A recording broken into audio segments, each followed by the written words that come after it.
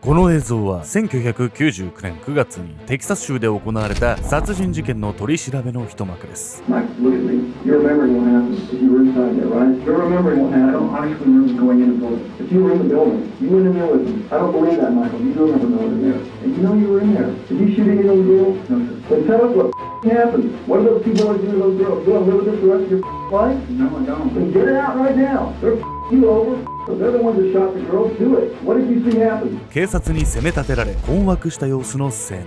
彼は取り調べにおいて終始身に覚えのない素振りを見せていましたが、警察は絶対に青年の自白を引き出す必要がありました。なぜなら青年が仲間と共に引き起こしたとされる事件は当時高校生だった彼らの犯行としてはあまりにも残虐すぎたから。その事件で被害者となった4人の少女は全裸で黒焦げになるまで燃やされてしまったんです。全裸で黒焦げになるまで燃やされてしまった4人の少女。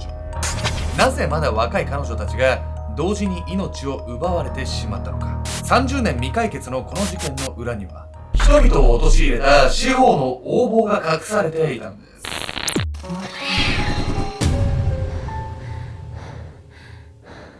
おそすけんちゃんです。みやみやみこんです。やみさん、僕ね最近ねハマってる歌手っていうかなんだろうミュージシャンっていうなんていうの。何逆に気になるわね、そのモヤモヤが。曲がめっちゃ良くて、TikTok で聞いたことある人もいるのかな。まだ人気になってきたなぐらいなんですけど。歌手がいるんじゃないのそれは。歌ってる人が歌って自分で弾いたりとか。歌手じゃん。赤崎っていうアーティストがいて。聞いたことない。果実って曲がね。どんな曲？歌えない歌わない。いや、わかんないのも聞かないことには。でもじゃあ音楽は聞かなくていいからどんな感じなのか教えてよ。まあなんだろう、ちょっと声質も含めて切ない感じで、で一番驚きが18歳なんですよ。今高校生の男の子で。そんな若造にそんな深い歌が歌えるわけ？と思うじゃん。なんかね、歌詞とかも18歳でなんでこんな歌詞書けんだろうみたいな感じでギャップも面白くて、結構おすすめなのでね、ぜひね聞いてみてください。本日はアメリカテキサス州で30年以上未解決となっているある殺人事件をご紹介します。10代の少女4人が全裸の状態で燃やされてしまうという非常にえげつない事件なんです。そんなえげつない事件を起こした野蛮な犯人が30年以上野放しになってるわけ？やばすぎないそれは。そしてこの事件で犯人が捕まらないことの理由にはですね、犯人の狡猾さがねあったっていうわけではなく、警察自身のね問題っていうのが大きかったんです。事件の日、4人の少女の身に一体何が起こったのか。彼女たちの周囲に怪しい人物がいないか注意しながら見ていただければと思います。ヨーグルトショップの悲劇。1991年12月6日、アメリカ・テキサス州オースティン、夜11時47分、パトロールをしていた警察は街角でその異変に気がつきます。煙？警察が怪げな表情で見つめる先にはフローズンヨーグルトの専門店が、その店からは確かに煙が上がっていたんです。火災を疑った警察はすぐさま指令室に報告。消防隊が店の正面玄関へ向かうと、扉のガラス越しに見える店内には黒煙が充満していました。店の奥では炎が勢いよく燃え上がっており、一刻を争う事態であることは明白。そしてこの時は警察も消防隊員もこれが単なる火災ではないことにまだ気がついていなかったんです。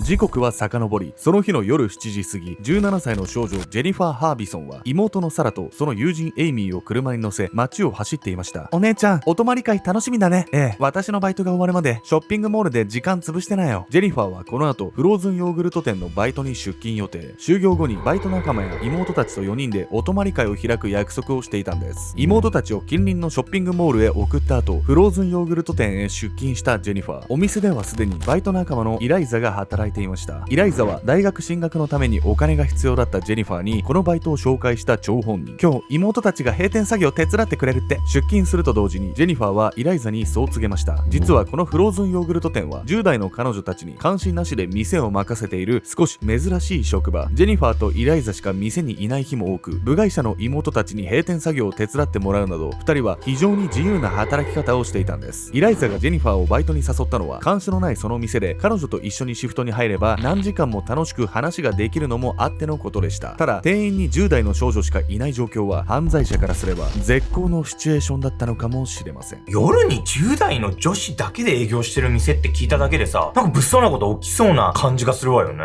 そうなんです。そして目撃情報によれば事件の数時間前から店内には怪しい人物がいたというんです。夜9時になるとジェニファーはもう一人の従業員イライザにその場を任せ、ショッピングモールで遊んでいる妹たちを迎えに行きました。店へやってきた妹サラとその友人エイミーは外で買ってきたピザを持ち込み、それを食べながら閉店時間を待っていたんです。実はその間、訪れた何組かの客が眉を潜める場面も。あら、なんか嫌な感じ。女性が眉間にシワを寄せてちらりと目をやった先でテーブルに座っていたのは、ボサボサの髪を長く伸ばした10代の少年2人。オースティンは富裕層が多い街のため、チンピラのような風貌の彼らは少し浮いて見えたんです。そして10時50分頃に店へ訪れたカップルによると、店内では椅子がテーブルの上に上げられており、すでに閉店準備が始まっていたとのこと。客は2人組の少年だけが残っている状態だったといいます。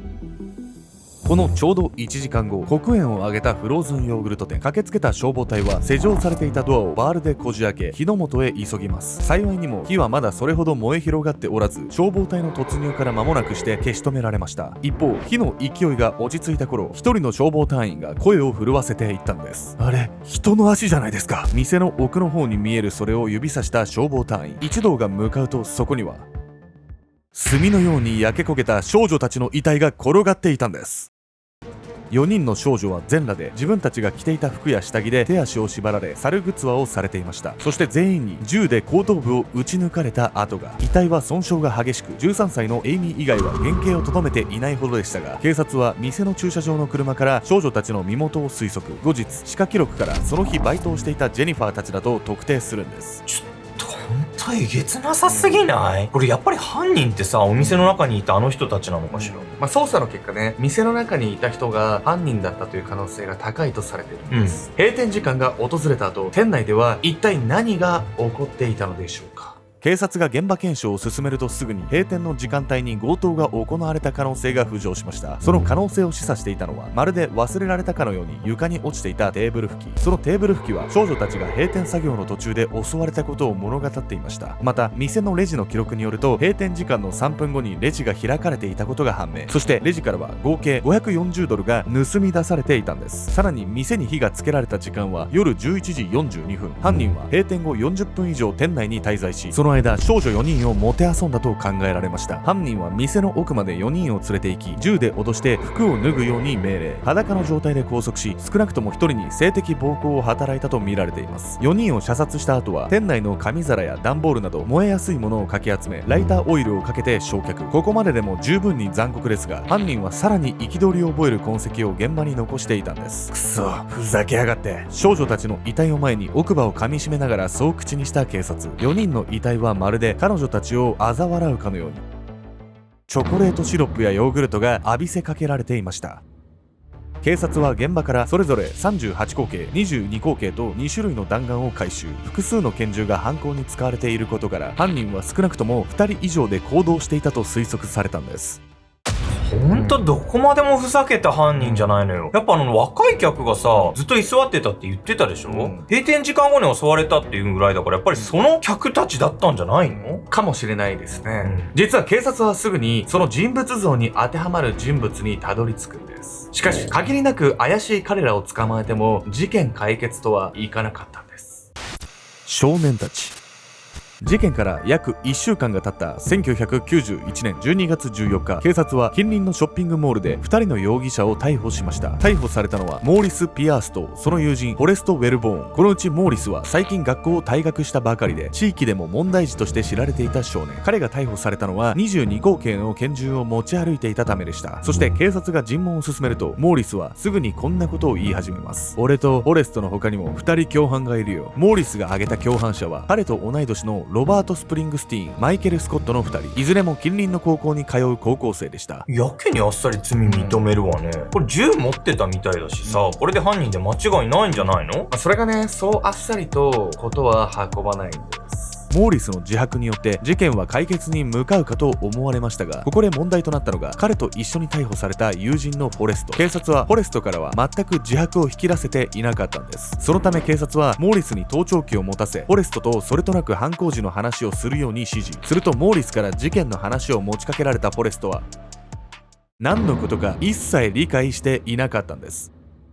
さらにモーリスが名指しした他の2人の少年に関しても犯行には身に覚えがないと話しました。モーリス以外の共犯3人が口裏を合わせているとでも言うのでしょうか。違うんです。22口径の銃を所持していたことで殺人容疑をかけられたモーリス。彼は当日の行動について次のように供述していました。あの日拳銃はフォレストに貸してたんだ。だから撃ったのは俺じゃないよ。あいつらが何かやらかした後、俺は逃走用の車を用意して逃げるのを手伝っただけなんだ。モーリスがフォレストに拳銃を貸していたという話は殺人容疑を逃れるためのデタラメ。モーリスは自分の嫌疑を晴らすため友人3人を巻き込んだんです。モーリスが嘘をついていることが分かり、取り調べを受けていた友人3人は釈放。またモーリスが所持していた銃も犯行に使われたものか否かの判別はつかなかったため、彼も結局起訴には至らなかったんです。